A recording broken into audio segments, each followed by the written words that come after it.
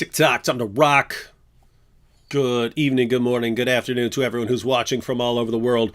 Robert and I here, we keep saying, keep hoping that there will not be a show because there's no jihad. There's always jihad. It's relentless. 14 centuries. Show me a week without jihad. There is no such week. I can find no such week, David. No, indeed. No, indeed. No week, indeed. We can't find a week, ladies and gentlemen, for 14 centuries. We can't find a week without jihad. But even though it's been going on for 14 centuries without 1 second's break for anyone in the world, it's somehow all in our minds. All right, Robert. Well, if anyone's tuning in for the first time, why don't you go tell everyone about yourself real quick before we get started here. Me? I am Robert Spencer, director of Jihad Watch and author of The Critical Quran. And the history of jihad as well. And the history of jihad. So and the truth about Muhammad and did Muhammad exist. We are literally live with the man who wrote not only the Quran, but also the entire history of jihad. There is no other history of jihad. This is the one. When someone once approached Muhammad and said, what is the greatest history of jihad? Can you find any other book other than Spencer's History of Jihad? And Muhammad said, I can find no such book. There is no other history of jihad. This is the one. By the way, Robert, people won't know what you're alluding to there, so why don't you tell them real quick? Yes, there's a famous hadith in which Muhammad is depicted as being asked by one of his followers, can you tell me a deed that is greater than jihad? And Muhammad says, I can find no such deed. No such deed. No, indeed.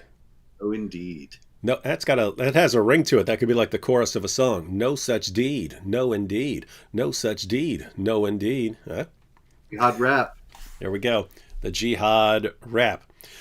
All right. So jihad is absolutely relentless, and it doesn't ever even what you know what would be cool if we were actually successful eventually in stopping the jihad, so that you could write a complete history of jihad and then it's done, right? It's like this was all the jihad ever, because right now you're writing a book and then like the book, it's always like, okay, the book finishes here, but then the next week there's, right after the book comes out, there's still like tons of jihad happening. So it's not a complete, you can't have a complete history.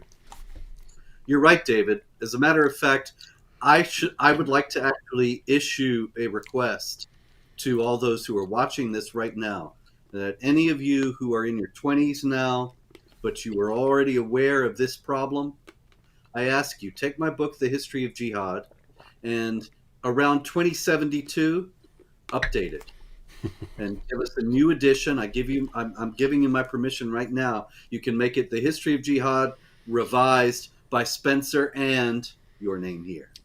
And you can bring us up to date. But then you will also have to pass on this work to someone else younger than yourself. And it will go on through the generations from there. I think we might stop it by 2072, though. You think so? Yeah, people might wise up by then.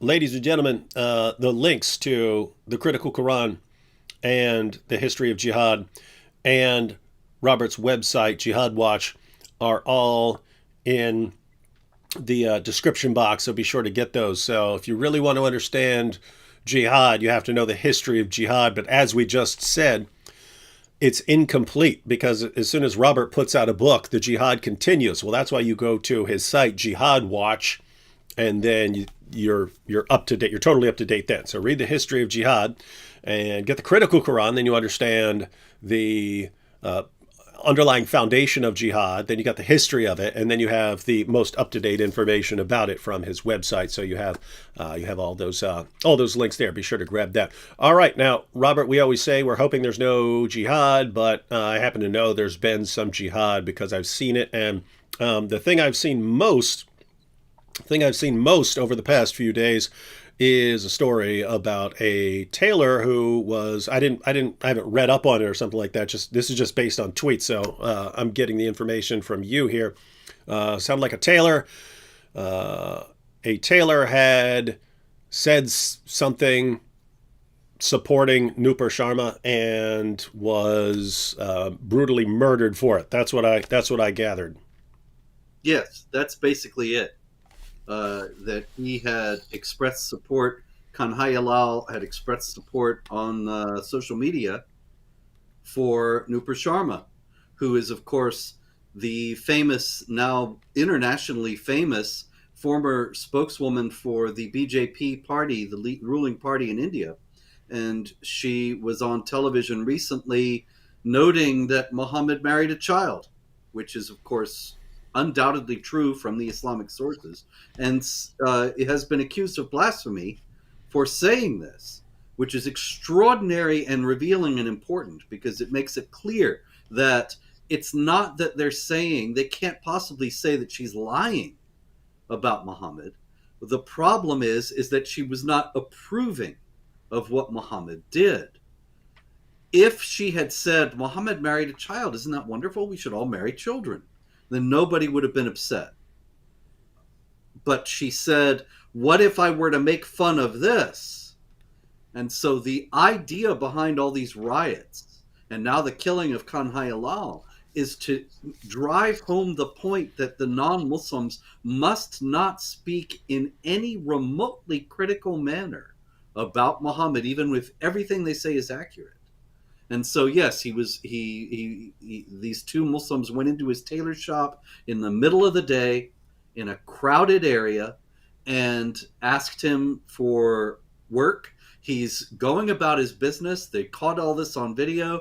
He's measuring them, and then they begin to attack him.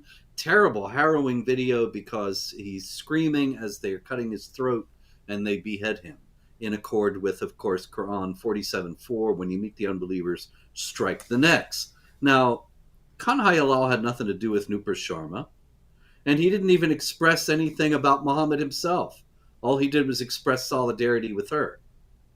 And so once again, driven home is the point that there is nothing that is tolerable from non-Muslims except total obsequious acquiescence, submission, and unbridled praise. It's a hallmark of dhimitude throughout history. If you read the history of jihad, that the non-Muslims are never to speak about their plight, never to complain about the situation of deprivation and harassment that they have been subjected to. If they do, it'll get even worse for them. They have to say everything's great. And that's the only thing that's acceptable for them to say.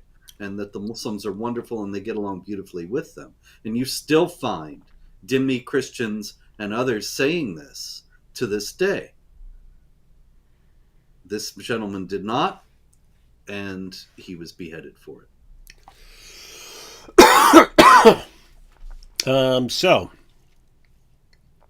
Nupur Sharma, sorry, still trying to get over a cold. Nupur Sharma, whose religious beliefs were being insulted, said in response, hey, I could insult your religion too by pointing out the fact that your prophet had sex with a little girl. Totally true. Factually verifiable information there. And massive uproar over it. And then a tailor was killed for basically doing exactly what Robert and I did, namely point out, okay, well, she's got a point there. She's right. She hadn't said anything wrong. And guy got killed over that. I've noticed, Robert, because notice, I mean, a bunch of people over here, you have agreed that Nupur Sharma is correct. I've said Nupur Sharma is correct. AP has said Nupur Sharma is correct. Um, the most we get is like some whining online lately. It seems like wherever the jihadis are in the world, they're aware of what they can get away with and what will work in a certain situation, right? Like when Nupur Sharma said that, there are places in the world where if she said something like that, there would be nothing anyone could do about it. But they understood that this is India and that India has a lot of delicate relations with many Muslim countries in terms of importing oil and sending workers to these other countries. So they understood, hey, if we create an uproar here, we can actually get this government to back down. And they did. They were right. And then, I mean, think about this. A tailor, I mean, some random tailor, you go after him. Why? Well, that's an area where you can still get away with intimidating people. You can still actually intimidate people into silence, whereas that wouldn't work in certain other parts, and they don't try it over there. But it is just this, there's this interesting awareness of what can we get away with here that will further the goals of Sharia, and how far can we go and actually accomplish something. The same thing in the UK with Hatun Tash. Hatun was on with me yesterday, and we talked about what happened to her, and you're aware of that. But it's the same idea there. It's every week at Speaker's Corner, they're testing what they can get away with in terms of the police. And then, oh, we got away with that. Oh, we ran up and stole her Quran and we got away with it. Oh, we stole her Quran again. Oh, we got away with it. Oh, the police are arresting her because we came at her. Huh. Well, notice that's just the police are constantly sending the jihadi community more information on what they can get away with. They're saying, hey, if you want to do this, we're going to let you do it, or we'll even support you. That sends a message to them. Okay, this is what we can get away with. So each week they're trying to push a little more and a little more. But that's part of what we're talking about when we're talking about jihad just being relentless. Historically, jihadis only stop when they're stopped by someone who makes them stop, someone that they just cannot defeat. That's when they stop and they regroup and they try other tactics and so on. But even in a situation where, I mean, the most powerful nations in the world by far are not Muslim nations. And with the internet, we can spread all sorts of information about Islam very quickly and very easily. You've got the avalanche of apostasy, but still notice they're still trying every single day. What can we actually accomplish? What can we get away with? And you get different answers of what you can get away with in India and what you can get away with in another place. But yep, definitely seems relentless, Robert. No doubt about that. Relentless. Actually, when I was putting together the history of jihad, that's exactly the impression I got, that this is a force that is absolutely relentless over 1,400 years, never giving up, never giving ground, a couple of places here and there being defeated, but for the most part, just continuing relentlessly, inexorably to advance. But this has always been, and I took care to point this out in the book, this has always been because of infidels who, for various reasons, for short-sighted reasons of short-term expediency or advantage, give the jihadis a leg up and aid them in their efforts. If infidels are not doing that, then there's no advance. And so that is a very important lesson for the modern age that the modern age doesn't seem interested in learning, but there it is. And we're the bad guys, ladies and gentlemen. We're the bad guys. We're pointing it out. All right, what else you got?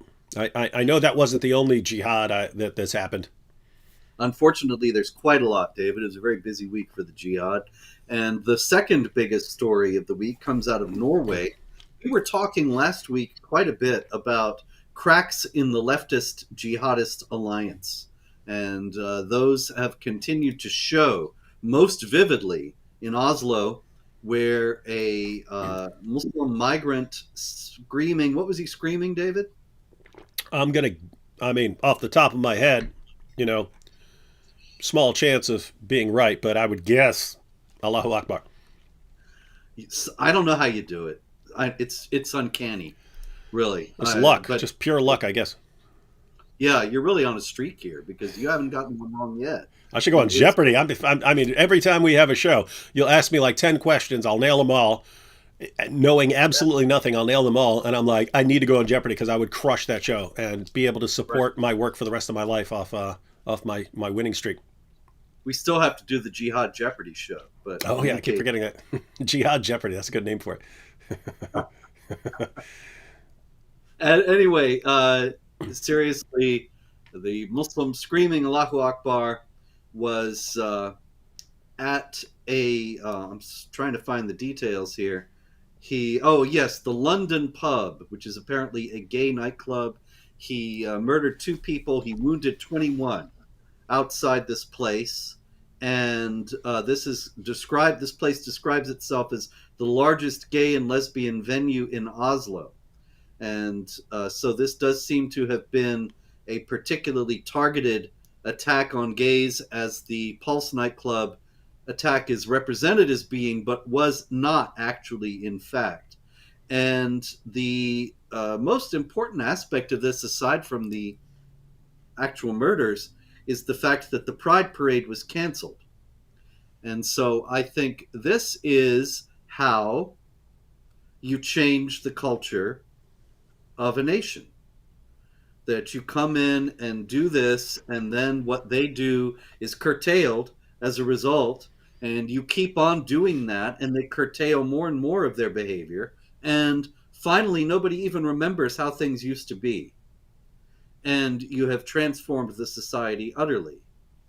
And so, whatever one thinks about gay pride parades, and so on, I thought this was a fascinating case because of that pretty soon Norway will be very different within a very few years, and probably very few Norwegians realize this, but within a very few years Norway will be a radically different place from what it is now. And I think one of the watershed events in that transformation will be regarded, future historians will look back and say the cancellation of the Pride Parade after the shooting in 2022 was a turning point, because it showed Norway giving way and changing its own behavior in order to accommodate the jihadis.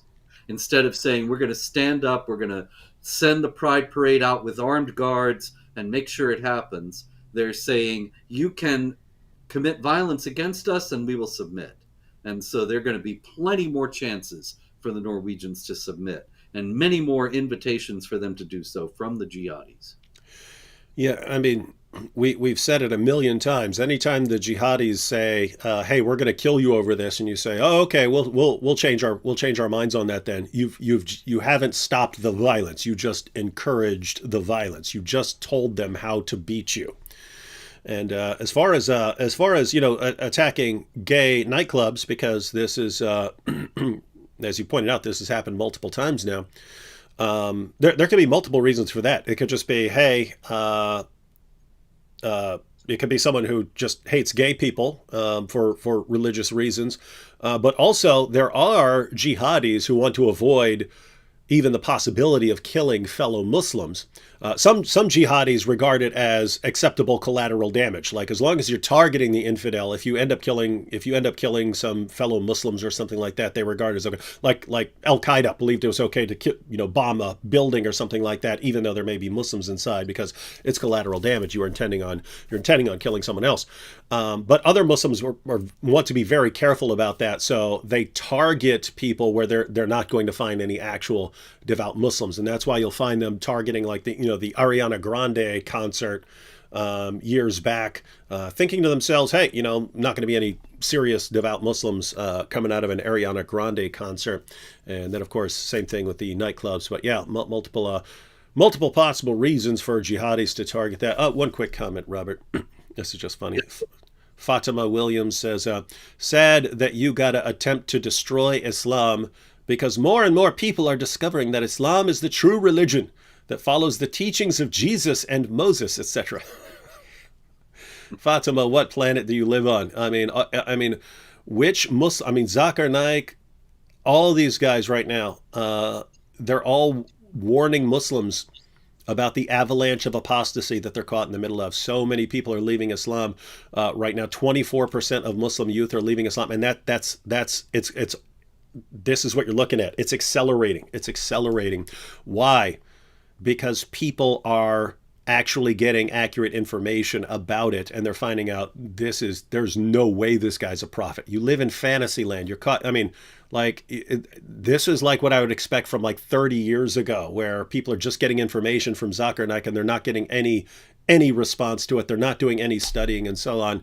But to say this now in the middle of the avalanche of apostasy, when I mean Muslims are literally, I mean Muslim speakers and leaders are literally losing their minds in a panic mode because they can't figure out how to stop this avalanche. And you're here bragging, oh, Islam's spreading because people are discovering that it follows the teachings of Jesus. Really? Jesus, who said he's going up to Jerusalem to die on the cross? That's what Islam is following? Come on. Be serious here. All right, back to you, Robert. We got some jihad.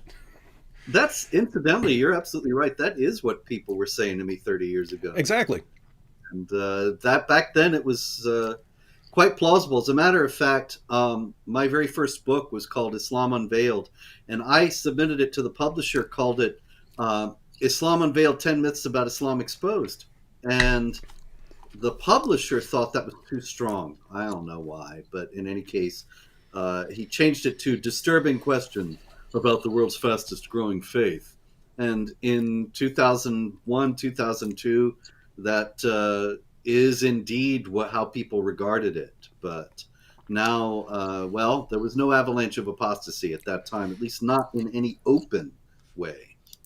Yeah, and you had the situation you had even back then was you had Pew Research saying that Islam's the world's fastest growing religion and so on, and people saw that you see how fast it's growing. It must be because people are realizing that it's the truth about Jesus. No, it was birth rates because of all the third world countries where Muslims just had the highest birth rates. That's why the number was blowing up. Well, wives and 25 children, you're going to raise the birth rate.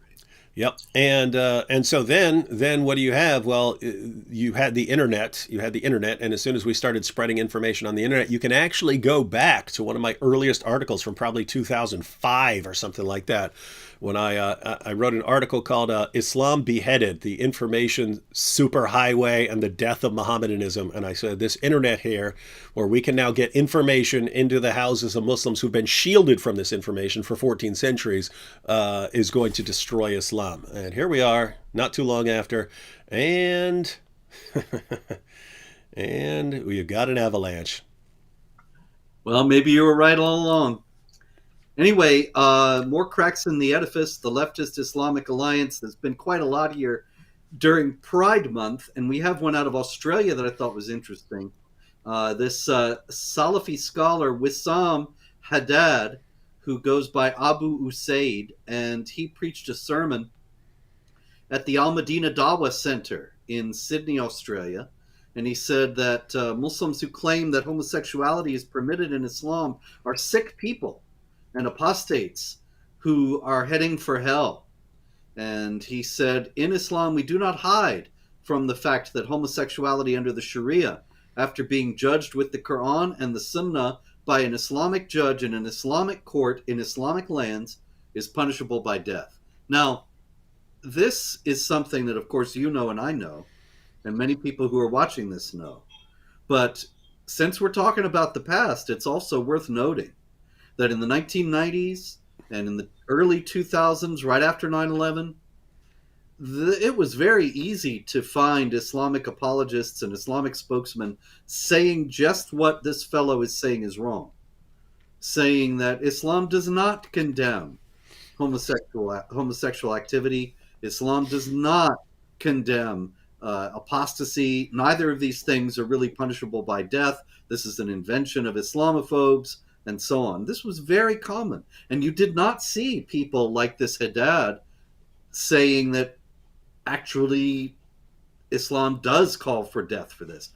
It's only in recent years that we have started to see people like this gentleman speak more honestly about Islamic teaching and not just say, oh, this is something these Islamophobes are making up. And I think that's a function of something you've referred to in earlier shows, David, that as the numbers of Muslims grow, then you have a transition from the period in which tolerance is preached, a la the Meccan passages of the Quran, and consequently, there's an attempt to show that Islam is benign and nothing to be concerned about. And then it changes with the growth of Islam in a particular area, and people begin to be more assertive and more honest about what it actually teaches. Yeah, and so the result is yes, everything that we were saying Islam teaches 15 years ago. Just I mean, keep in mind that is a very short period of time, but 15 years ago, everything that we were saying Islam teaches, we were called liars and bigots and Islamophobes for pointing it out, and now you have very popular Muslim leaders saying the exact same things. They're confirming exactly what we said 15 years ago when they called us liars for saying it. Exactly. No, indeed. Yes. No, indeed. Yes. I really got to get the T-shirts made. But in any case, uh, in the meantime, David, there is no shortage of the same kind of willfully ignorant and self-deluded governing officials. And so while Muslim leaders are becoming more honest and open about what Islam teaches, the same denial and willful ignorance nonetheless prevails in all too many areas. And so a story came out of Britain. Shabir Ahmed, who was the leader of the Rochdale rape gang, was identified in a report that came out last week as a local council's welfare rights officer. And the police knew, while he was the local council's welfare rights officer, that he was also the leader of the local rape gang. But they did not bother to inform the local council that was employing him as a welfare rights officer that he was also involved in this unsavory behavior on the side. And obviously, everybody concerned in this story was motivated by the fear of being called Islamophobic. Yeah, I talked about that with Hatun, with her getting robbed on camera, multiple camera angles. Guy wasn't even trying to hide it. He knew he was being recorded. He thinks it's worth it to steal a Quran from Hatun, and then police come and arrest Hatun. Right? It's not, hey, let's go over there and let's examine the video footage and see what happened. It's okay. Let's just get this over with and arrest Hatun, and then the Muslims there will cheer for us. I pointed out that it's the exact same mentality as you had with the grooming gangs. It's we're so terrified of being called Islamophobes that we'll throw other people under the bus. In the case of the grooming gangs, let's throw thousands, tens of thousands of little girls under the bus, even though they're being, groomed, drugged, raped, gang raped, pimped, and so on. And let's just throw all of them under the bus so that we don't get called Islamophobes. But they'll do the same thing. Here's Toon Tosh, and she's been hit, stabbed, everything else on camera. But if we have to decide between going after her or being called Islamophobes by going after the people who are actually doing this stuff, we'd rather just throw Hatun under the bus and lock her up. Easier to arrest her, too, than to arrest a whole group of angry young men who were probably stronger, younger, tougher than the police themselves. Yeah, and notice pretty straightforward to go over there and say, hey, I know everyone's recording on your camera phones. Show me who took her stuff. Right there. I mean, this is like a detective's dream, right? I mean, committing crimes with multiple camera angles and photographs of the guy can be pulled up within seconds. And it's too much work. We don't want to do that. We'll just lock her up. It doesn't fit the narrative. It's not. It can't it doesn't coincide with official Britain's construct of reality that Muslims would be bothering Hatun. Hatun bothering them, sure, that makes sense to them. So they go with that. They don't need any evidence. We don't need no stinking badges.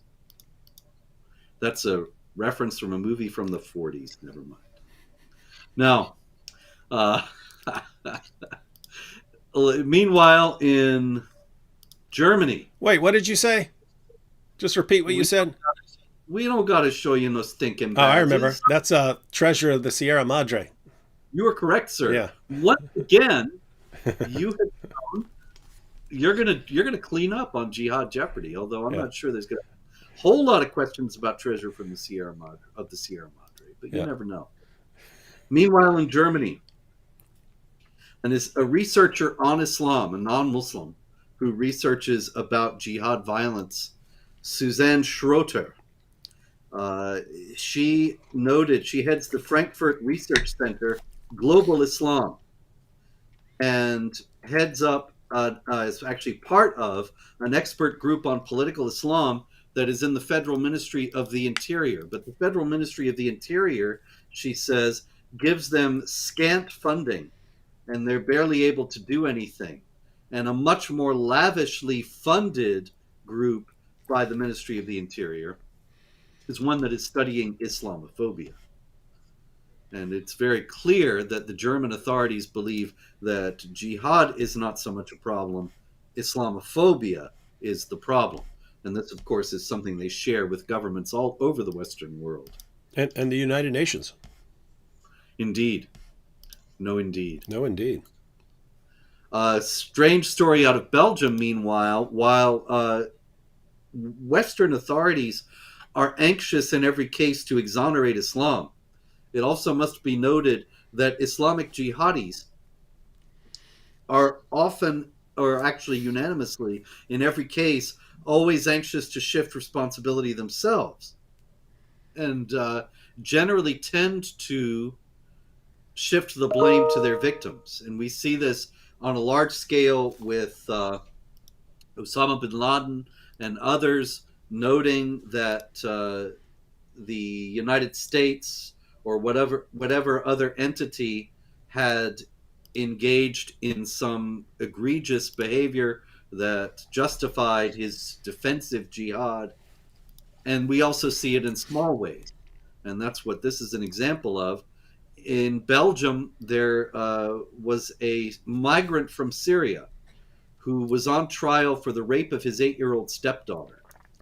And his defense consisted of saying that she was very mature and tried to seduce him. She's 8 years old, David. And so clearly he was used to seeing somebody of that age in a sexual manner, probably coming out of the example of Muhammad, or at least aided and abetted by the example of Muhammad and Aisha. And when he is put on trial for this, he says, well, she's older than that in her head, and she seduced him, because, of course, it couldn't be his fault. It has to be hers. And this goes with also actually Islamic apologetic attempts to claim that Aisha, well, yes, Aisha was 9, but see, she had reached puberty already because it was a hot climate, which is something I've heard many times. Yeah, even though the hadiths specifically say that she hadn't reached puberty. And even though the Quran itself, Surah 65, verse 4, says that you can marry, divorce, marry, have sex with, and divorce girls all before they've reached the age of puberty. But I've also seen Muslims, when I bring up the issue of Muhammad and Aisha, do the same thing and try to blame Aisha and say, but she was flirting with him and giving him the look and so on. I'm just thinking, a 6-year-old, it would not matter. I mean, if a 6-year-old girl was flirting with a 50-year-old man, 50-plus-year-old man, you need to tell her parents about that, because the girl's got some issues. Yeah, it's incredible. But meanwhile, out of Finland, we have the Finnish politician, and what's her name? I don't know how to say this.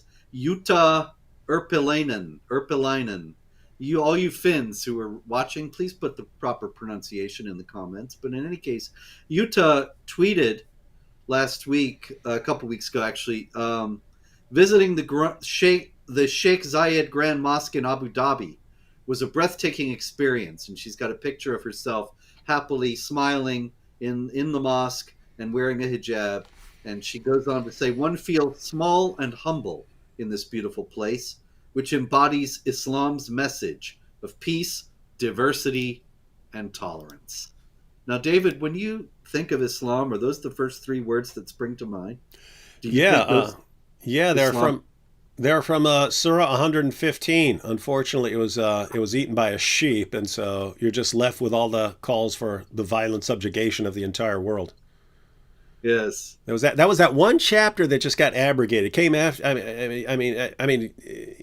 Yeah, because it was eaten, but yeah, it came after everything was peaceful and would have trumped everything, but then a sheep ate it.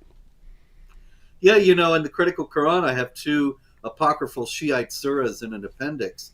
And I remember when I was going through them and getting them ready for the book, thinking, gee, this is a shame. You know, this is just Shiite propaganda. And it's kind of a missed opportunity. There's so many things they could have put in there. If they're going to start adding chapters to the Quran, imagine what you could say. Mm-hmm. But all I said was Ali is the man, and you know he's the real guy, and don't believe these caliphs. Anyway, moving on to various other jihad activity and more dumb infidel stories. We have a man, a jihadi in Germany, identified as Serkan P, who attempted to burn the synagogue in Ulm to the ground. And after the blaze was extinguished, he fled to Turkey.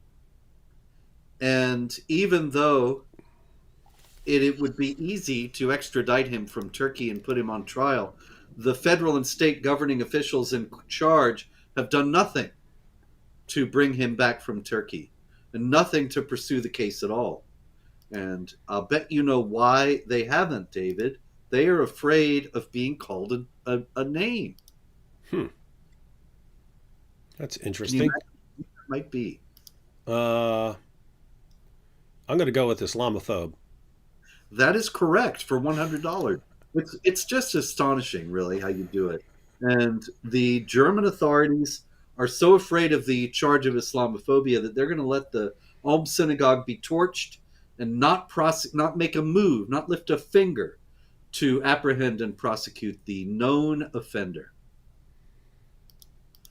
Many stories out of India this week, quite a lot of tensions there.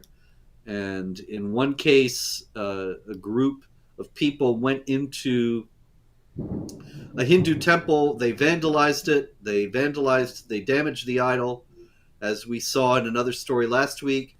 And they hoisted an Islamic flag inside the temple, a flag saying there's no God but Allah and Muhammad is his prophet. Even then, when I reported this story, I saw on Twitter some people saying, well, anybody could have put that flag there. And I think, well, yeah, you know, David, sometime when you're free, we really ought to go into a church and replace the American flag with the Shahada flag, because that's what Christians do.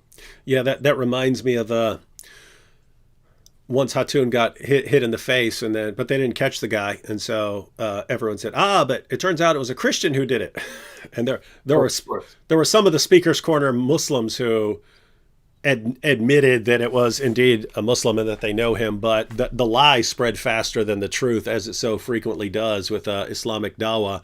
And so to this day, I get comments, it was actually a Christian. And then the same thing when she was stabbed.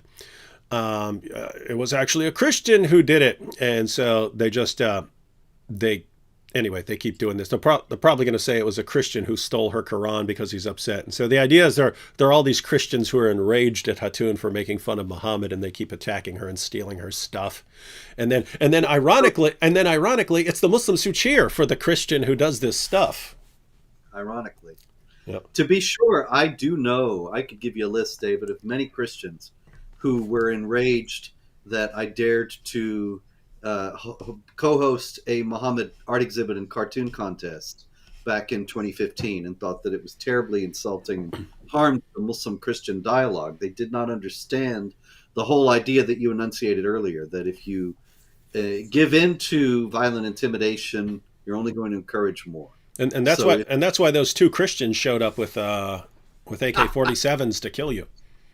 yes, because they were so offended that we were harming the dialogue. The reality is that if when people are saying you can't draw Muhammad or we'll kill you, if nobody is going to draw Muhammad after that, then they're going to come back again later and say, now you can't do X or we'll kill you. And it just keeps advancing. Sometime you have to call a halt or you're just going to get more. Mm-hmm. But anyway, meanwhile, let's see. In Burkina Faso, David, this past week, a group of men, that's how they are identified in the news story from AFP. Men. Watch out for those men, ladies and gentlemen. Yeah, right. Men. No women were involved.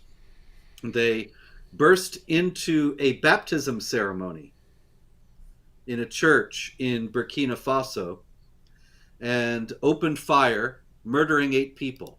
Now, if you look at a map and you see where Burkina Faso is in relation to Nigeria, and you think about what kind of people might want to kill people at a baptism ceremony, I'm thinking that the chances are about 105% that this was Islamic jihadis. But here again, not a word, not a hint of that generally in the reports. I did find one that said suspected jihadis, and I think that's a more than justifiable suspicion. Armed men also acted in the Democratic Republic of the Congo this past week, killing 14 civilians in a couple of raids in the eastern part of the country. And this was blamed on the Allied Democratic Forces. Often the Allied Democratic Forces are a group that appears in news stories without any further identifying information. They are actually, despite their name, they are an Islamic State ISIS group that is dedicated to waging jihad in order to impose Sharia over the area of Central Africa in which they operate, Central and West Africa. And so the Allied Democratic Forces killed 14 people in the Democratic Republic of the Congo. In another case, the same group, the Allied Democratic Forces, ambushed 3 vehicles that Christians were riding in and murdered over 10 Christians. And here again, the specific targeting of Christians also would give any attentive reader a good clue as to who was involved. But most people don't really pay all that much attention nowadays. Absolutely true. Let me take just because I don't know how long Fatima Williams will be tuning in. Respond to a quick comment here because it proves a point. Fatima says, not true. The Quran was completed before the Prophet's death, and it was memorized by very many. So it was never changed, unlike the Bible, which have hundreds of editions and revisions, 10% diff per edition. And you just wonder why it's always the most clueless people in the world who talk the most about things that they don't know, right? Like people who get all their information from Zuckernick and from horrible websites, the ones who try to educate people the most.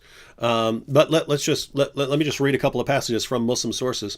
This is Ibn Abi Dawud's Kitab al-Masahif. Many of the passages of the Quran that were sent down were known by those who died on the day of Yamama, the Battle of Yamama. Abu Bakr sent a bunch of people who knew parts of the Quran into battle, and they were slaughtered. So many of the passages of the Quran that were sent down were known by those who died on that day, but they were not known by those who survived them, nor were they written down. Nor had Abu Bakr, Umar, or Uthman by that time collected the Quran, nor were they found with even one person after them. Whoops. So notice that you have in the Muslim sources, they talk about this.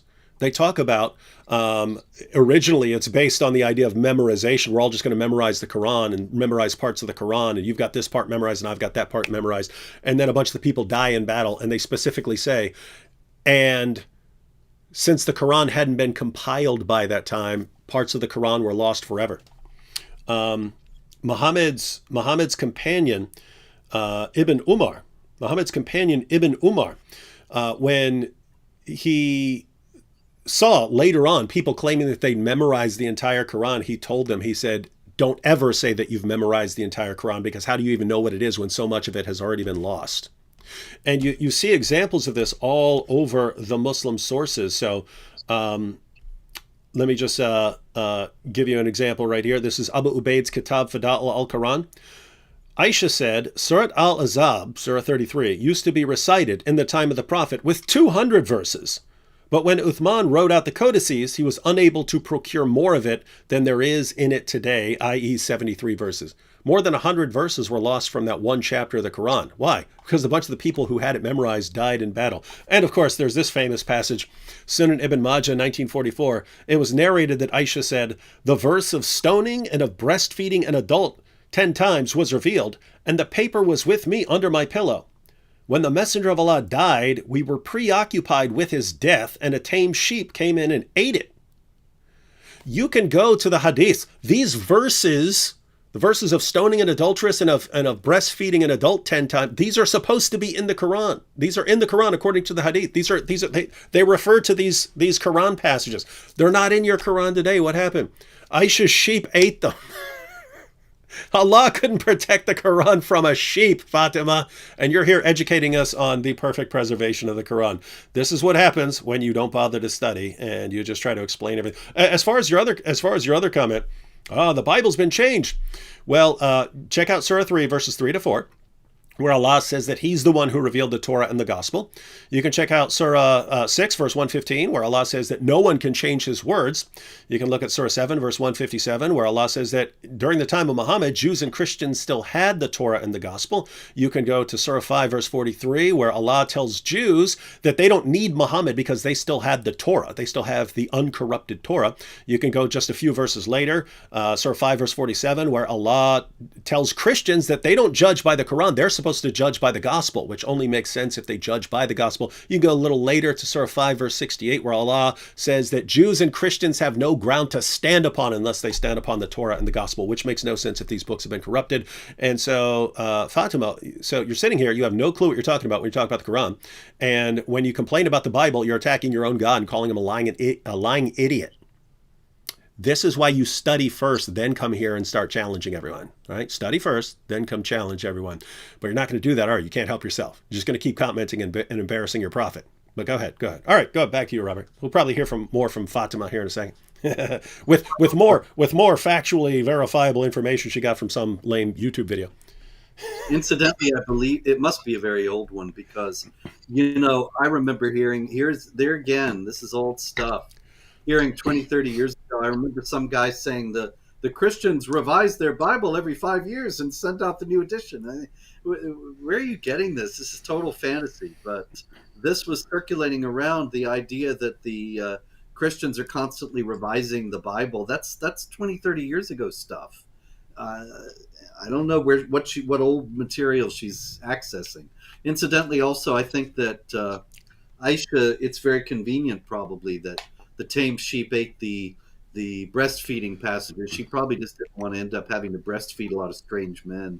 No, Aisha, according to the hadith, Aisha seemed, of all Muhammad's wives, Aisha was the one who complained about that least. But Muhammad's wives were flipping out about the idea that in order to be around a grown man, they're going to have to breastfeed him 10 times, and that this was supposed to alleviate any sexual frustration because then he'll feel like your son. He'll feel like your son if he sucks on your breasts and will no longer be sexually attracted to you. And then the verse of stoning, of course, Aisha was almost on the receiving end of that verse. She was almost stoned to death. So just think about this. You've got this verse in the Quran about breastfeeding adults, and all Muhammad's wives are flipping out over this, thinking this is like the stupidest thing any man has ever come up with. And then you've got the verse of stoning an adulteress, and they're all terrified of that because Aisha was almost stoned over an accusation. And then, I mean, she literally says that Muhammad died. They're preoccupied with his death, so they're preparing Muhammad, and oopsie, the only copy was eaten by a sheep. Yep. Oopsie poopsie. How convenient. People have pointed this out many times that this is like the 7th century version of the dog ate my homework. Oh, yeah. Perfect. Absolutely. But nevertheless, it's been perfectly preserved. Allah sent that sheep to eat the parts he didn't like. Nom, nom, nom, nom, nom, nom, nom. The parts Satan inspired. Yeah. Satan tricked him into revealing those, but Allah rescued the truth with the sheep. Yes. What He's a religion. the best deceivers. He is the best of all deceivers. Okay, so we got more dumb infidels in the Mumbai High Court in India. On trial, an ISIS operative named Mohammed Raisuddin, and he swore an oath of allegiance to Abu Bakr al-Baghdadi, the late caliph of the Islamic State. And the court examined this in his trial, as that was the basis on which he was arrested, and they decided, oh, that's not incriminating. That's no big deal. Anybody might swear allegiance to ISIS. So that was the end of that. Yeah. I just wanted to do one. I can't help myself, Robert. I just got to do one quick follow-up with Fatima. We just quoted Sunan ibn Majah to her. We quoted Aisha to her. And this is all over. This is all over the hadith. I mean, there's passage after passage after passage about this in Sahih Muslim, about this breastfeeding an adult passage. And I literally just quoted Aisha talking about it. What does Fatima say? Such rubbish. Breastfeeding for 2 years is what the Quran said. Hey, listen to what she just said. Ha! Aisha's a lying idiot, is what she just said. And all the other hadiths, Sahih Muslim, these are all rubbish. It's all a bunch of rubbish sources. The early Muslims, they were the biggest bunch of liars the world has ever seen. But me, a girl who's never studied anything in her entire life, obviously, I know better than Aisha. I know better than Muhammad's wives. I know better than Muhammad's companions. I know better. It's modern dawah in a nutshell, by the way. Maybe Miss Williams is a Shiite. Possibly. Doesn't like Aisha. Hey, Fatima, are you a Shia? You can go ahead, Robert. I'll wait for her response. But Fatima, are you a Shia? And so are you calling all these Sunni sources rubbish? But you actually It could be. It happened. Yeah, she says there isn't fake hadith. Oh, there are fake hadith, but that's not a fake hadith. And if you're that's why we're asking if you're a Shia, because if you're a Sunni and you're rejecting Islam's most trusted Sunni hadiths, then we're wondering what your issue is. All right, go ahead, Robert. Sorry about that. If you are a Sunni and you're rejecting these things, then you are a Shia. Because that's what they're called, the Rafidites, the rejectors. They're rejecting early caliphs. Unless she's a Quran only Muslim. You've heard of these guys, yeah. All 5 of them. Anyway, we're coming up to the end of the hour, so I'll go through the brisk jihad tour once again.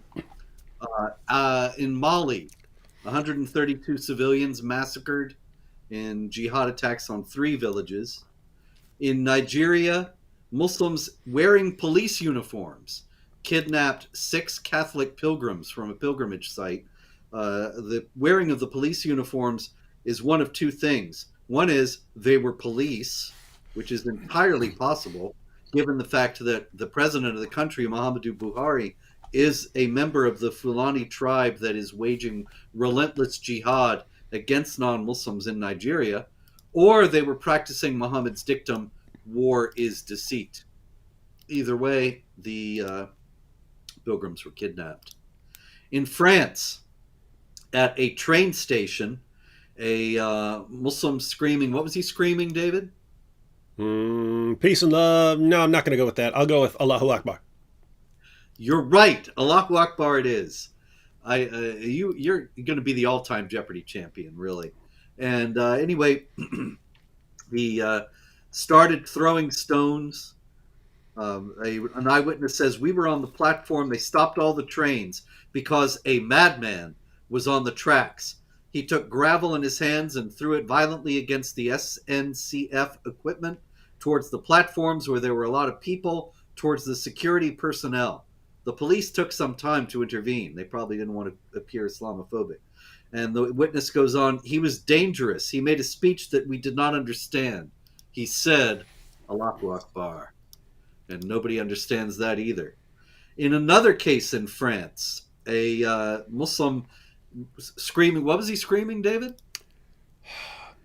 I feel like I'm definitely going to get one of these wrong by just going with my gut every time. But I'm going to say Allahu Akbar. I don't know how you. It's uncanny, but in any case, he jumped out of the bushes with a knife, screaming Allahu Akbar. The knife wasn't screaming it; he was screaming it, and he attacked a couple of police officers, who were able to subdue him. In Afghanistan, a very popular YouTuber out of Afghanistan. Interestingly enough, I didn't know there were YouTube stars in Afghanistan, but in any case, this fellow Ajmal Hakiki, he was beaten for for insulting verses of the Quran. And he was made to apologize with bruises all over his face after beating by the Taliban. And he said, "We have been promoting Western culture and values, and for this, I apologize." And I thought it was noteworthy, since most of the people who are the self-appointed or elected guardians of Western culture and values would insist that there is no incompatibility between Islamic culture and values and Western culture and values, and that those who think so are vicious Islamophobes. But clearly, the Taliban, which is a very self-consciously observant Islamic government, thinks so as well. In Nigeria, a Catholic priest was gunned down by Islamic jihadis. In Iran, where the Ayatollah Khomeini very famously said, "There is no fun in Islam, there are no jokes in Islam, there is no humor in Islam," 10 teenagers were arrested for participating in Go Skateboarding Day. In Indonesia, also because there is no fun in Islam, a nightlife chain called Holy Wings, apparently some sort of club, but in any case, they were offering a free bottle of gin to women named Maria and men named Muhammad, and were duly charged with blasphemy, because we all know that men who are named Muhammad are all the prophet of Islam, and consequently to offer them a free bottle of gin is blasphemous. In Nigeria also, 13 scrap metal scavengers were murdered by Islamic jihadis. In Italy, 2 Muslims were plotting a jihad massacre. One of them was put under house arrest and the other was set free. They don't want to appear Islamophobic.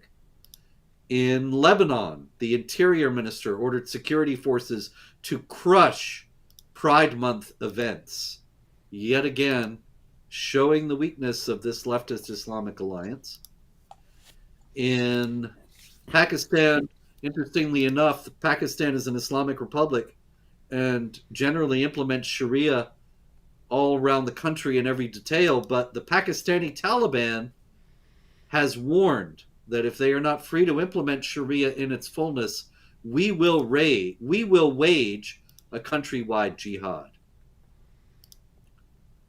In Bangladesh, a mob of jihadis was menacing a young Hindu student over Nupur Sharma, I believe, and the principal stepped in and was made to wear a garland of shoes, which of course is a tremendous insult and humiliation in Islamic cultures. And so this was a Hindu teacher defending a Hindu student, and was publicly humiliated for saving him from the mob, you would have thought that all the moderate Muslims would have stepped in and stopped any kind of violence in that case. In India, another YouTuber, actually, a Muslim YouTuber with 303,000 subscribers, called for rape and beheading of various people he thinks are blasphemers or supporters of Nupur Sharma. And that, I believe, takes us through most of the jihad for the last week. There is quite a bit more, but we've come to the end of our time, and so we can leave it there. Yeah, we've talked about this before, Robert, but notice all of that information about the attacks in African countries. We don't hear a lot about things in France where it's, someone slaps someone or even someone stabs someone. But it's interesting that you can have like mass murders in Africa, jihad mass murders, and it seems like they're every week. And we never hear about any of those. Whereas, like, a tailor gets killed in India and we hear about that. And it just really seems that like reporters just don't care what happens in Africa. They just do not care about African Christians. They do not care about any other African group that is getting slaughtered in the name of Allah. But I mean, except for like, I think the Chibok girls where there was a mass kidnapping and stuff like that. Apart from that, you almost never hear anything. I mean, you'll go 2 or 3 years without hearing anything about Africa, and yet it's just relentless every single week. There are these attacks there. And it's like, I don't know, it seems like they just don't care. That's right. There's no doubt about it. And also it shows how far the jihad is advanced, that you don't see this in Europe, you don't see this in India on this kind of regular basis, but in a few years, you will. Mm-hmm. I can't resist. Before we close out, Fatima says, this is the response, ladies and gentlemen. So Fatima says, in response to us pointing out the fact that the early Muslim community referred to these verses of breastfeeding adults, in response to that, Fatima says, aha! As the Quran said that a woman breastfeeds for 2 years, then naturally that hadith is fake, all caps, so you know she means it, because the Quran triumph the fake hadith. Now, how is this done? Let me count the ways. So Fatima seems to be aware of the idea that if something were a clear contradiction of something in the Quran, Muslims would go with the Quran. This is not a contradiction at all. It's not within a million miles of a contradiction. The Quran says, yes, you breastfeed your baby, you breastfeed a child for 2 years. That has nothing to do with Muhammad's command to breastfeed adults, which was, again, revealed as part of the Quran. In fact, it was revealed in 2 verses of the Quran because it was revealed as 10 and it was revealed as 5 because so many people complained about the 10. But those verses were both in the Quran at the time of Muhammad's death. And then a sheep ate all these verses on these topics. But what was this about, Fatima? Because you don't seem to be familiar with the issue and you think it's contradicting some claim about breastfeeding babies. Muhammad's companions started coming to him saying, hey, I have to go away for business. And as I'm going away for business, my wife is at home. Only problem is we've got this young stud who works around our house. And I'm worried that my wife is going to do something while I'm gone. What do I do, Muhammad? How can I know that I can trust my wife around this man while I'm gone?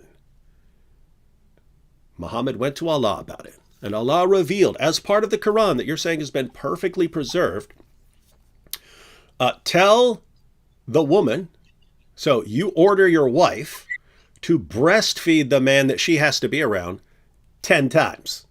And after she breastfeeds him 10 times, he'll technically be like her son.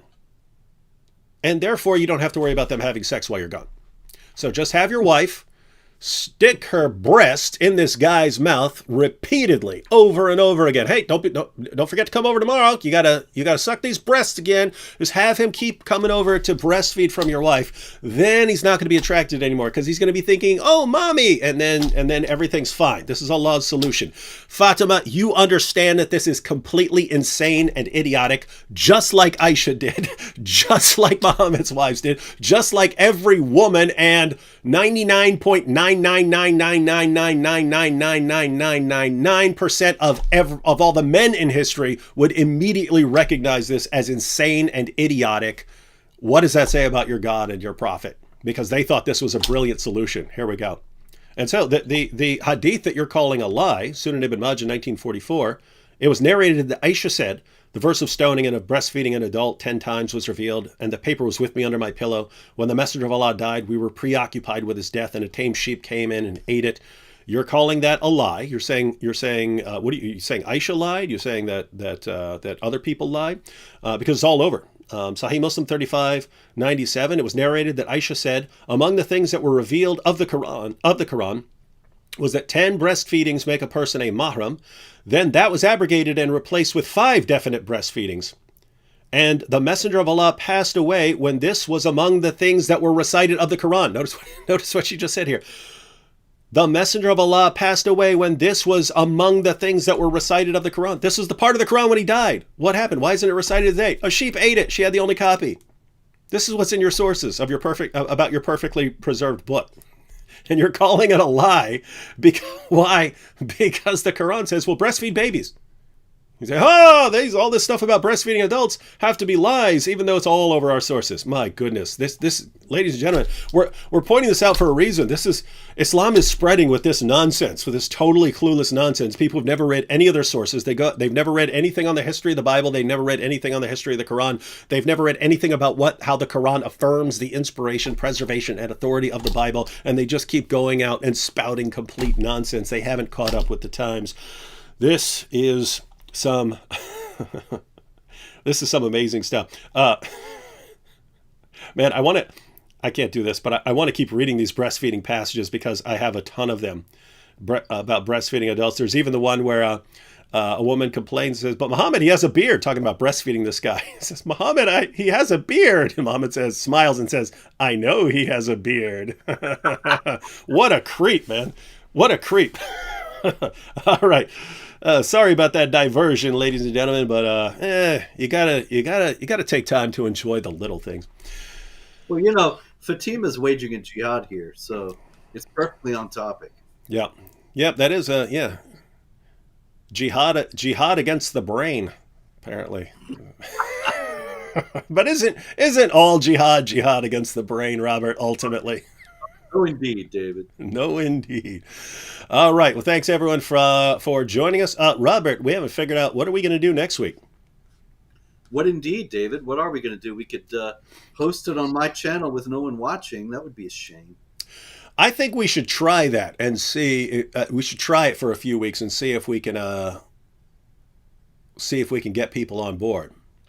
Okay. I'm game. And I can even make a separate video ahead of time and tell people where to find us for this week in Jihad. Okay, great. And we'll probably have fewer at the beginning, but I mean, ultimately that it might long term be better because that's the kind of content you deal with regularly. Okay. All right, we're going to try it, ladies and gentlemen. So next week, because keep in mind this channel is being destroyed. At least as far as me. So I will add the link. I haven't, what do I have? I have Jihad Watch. Yeah, I will add a link to Robert's YouTube channel, and then subscribe to that channel and get notifications, because looks like we will be there next week. We'll try it on Robert's channel for a while. And one last comment from Fatima. Never, ever have we heard about adult being breastfed. You go to Muhammad's companions, all over the place. You go to the hadiths, all over the place. If you say we've never heard about this, that means you don't know with your sources, because you can't go to your sources without seeing this. And this is hilarious. What is Fatima just saying here? What does she say? Guys, what has she admitted? She just admitted that she has never gone near one of her sources. She's never gone near Sahih Muslim. She's never gone anywhere near Sunan Ibn Majah. She's never gone anywhere near the tafsir. She has no clue what she's talking about, and yet she's telling us about the history of the Quran. So someone who has never in her life spent 5 seconds studying the history of the Quran is here trying to educate people, one of whom literally wrote the Quran.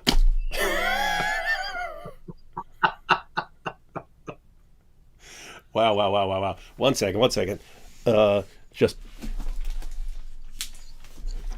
Fatima, you see this?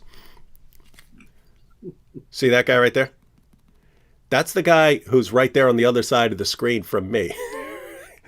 You've never studied. Open this book. It will be filled with things you've never heard, because wherever you get your information, they don't show you this stuff. And what's amazing, and it will always be amazing to me, is you can have no clue what you're talking about because you get all your information from people like Zakir Naik. We can show you your own sources and show you exactly what your prophet, your God, your prophet's companions, your prophet's wives, we can show you what they said and that they all agree 100% with what we're saying. And when we show you what your prophet, your God, your prophet's companions, your most trusted sources say, your response is, ha, idiot, I've never heard any of those things that my God, my prophet, and my prophet's companions and my most trusted sources have said. Therefore, I'm going to go with the lame websites where I get all my information from, believe them, and I'll believe that you guys who are actually quoting my God and my prophet's companions and my most trusted sources, and I'll believe that you're liars. This is, Fatima, if you've learned nothing else today, learn this. There should be a light switch turning on right now, right? The reaction should not be, these guys are quoting all of my sources to show me that my God and my prophet and my prophet's companions, they all said this. But the people where I get my information from, they're not familiar with any of this. Okay. There are 2 possible reactions here. One, we're just making up all these sources, even though we gave you the sources and you could go look them up right now. We gave you the information. So you can conclude that we're liars, ignore what we said, never bother going to your sources, because you never have before, obviously. You can just completely avoid your sources for the rest of your life and say, they're liars because that wasn't on the website I go to. Or you can have this light switch moment where you realize, wait a minute, David and Robert have all of this information that's in my most trusted sources. It came from my God. It came from my prophet. It's there from my prophet's companions. But the people where I get my information from lied to me about all of that. That means that I can't trust these people who keep lying to me. I need to listen to the people who are actually quoting my sources to me. That's the light switch moment, because here's what happens, Fatima. Once you realize the people who've been giving me all the information I've ever had all my life about my religion are the biggest bunch of liars the world has ever seen. What does that mean? It means I cannot trust them, but my entire basis for trusting my religion has been these liars lying to me. Maybe I can't trust them anymore, and maybe I need to go investigate this stuff for myself. And the second that light switch turns on, Fatima, you are on your way out of Islam. Might take a day, might take a year, but you are on your way out of Islam as soon as you break free from the lies. That's why we're here. We're here to help you, even though you insult us, even though we point out how dumb you are with this. And I don't mean intelligence-wise, I just mean information-wise. You have no clue what you're talking about. You're here trying to educate everyone. Ultimately, this is not to attack you. If you have no clue what you're talking about, you need to be told that you have no clue what you're talking about. That's not an insult. That's telling you the reality about yourself. So we are here ultimately to help you, not to deceive you. Everyone who's telling you about your religion and telling you all these lies, they're lying to you. We're telling you the truth. For some strange reason, you love the liars and you hate the people who tell you the truth. And somehow your religion convinces you to do this. But if a religion convinces you to love lies and hate the truth, what's that tell you about the religion? Catch y'all later.